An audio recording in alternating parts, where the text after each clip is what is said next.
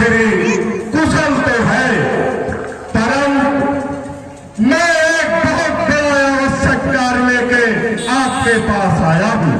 बताइए कैसा कार्य है? तो सुनो, दो बालक राजा दशरथ के, जो पंचवटी में रहते हैं, अत्यंत उपद्रव करते हैं, अपने बल पर इतराए हैं।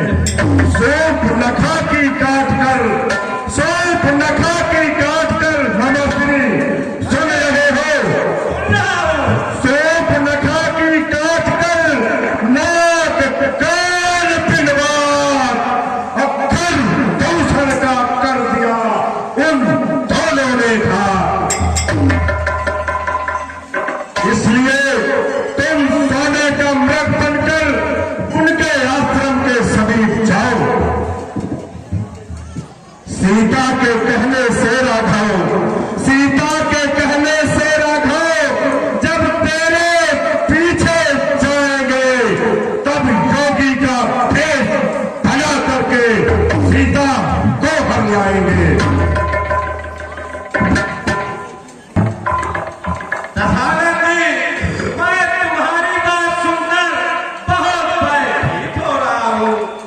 जिस समय तारिका और सुबह का वक्त दिया था, उस समय मेरे बिना बार मारा था।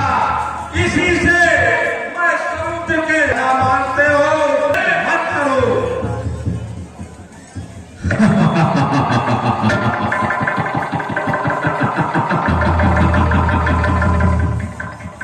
मुझे अच्छा ज्ञानी मिला, परम मैं तेरे इन निर्देशों को मानने वाला नहीं।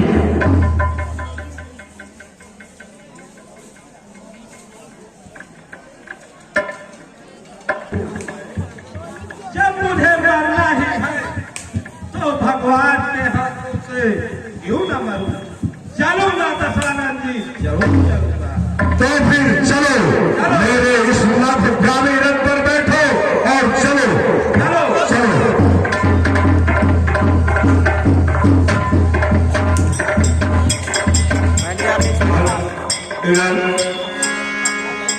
मामा मारी यहाँ से कनक दे रमन रचित बनाए।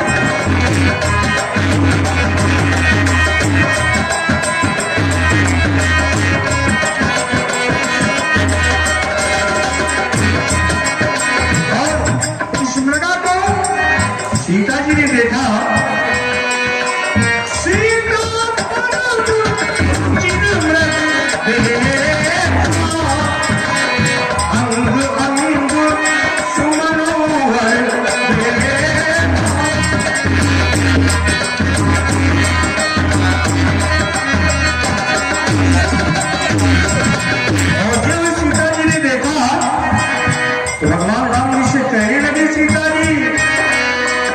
रघुदेव रघुवीर कृपाला,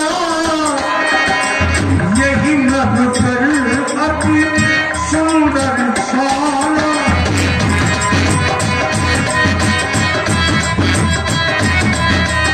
यही मधुकर अति सुंदर शाला। हे नाथ बिहारो इस रग को